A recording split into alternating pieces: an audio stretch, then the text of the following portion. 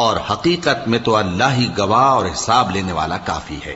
جو مال ماں باپ اور رشتہ دار چھوڑ مریں، تھوڑا ہو یا بہت، اس میں مردوں کا بھی حصہ ہے اور عورتوں کا بھی۔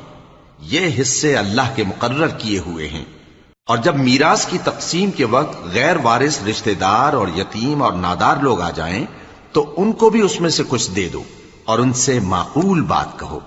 اور ایسے لوگوں کو ڈرنا چاہیے جو ایسی حالت میں ہوں کہ اپنے بعد ننھے ننھے بچے چھوڑ جائیں اور ان کو ان کی نسبت خوف ہو کہ ہمارے مرنے کے بعد ان بیچاروں کا کیا ہوگا۔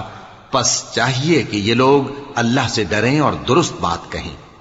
جو لوگ یتیموں کا مال ناجائز طور پر کھاتے ہیں وہ اپنے پیٹ میں آگ بھرتے ہیں اور ضرور دوزخ میں ڈالے جائیں گے۔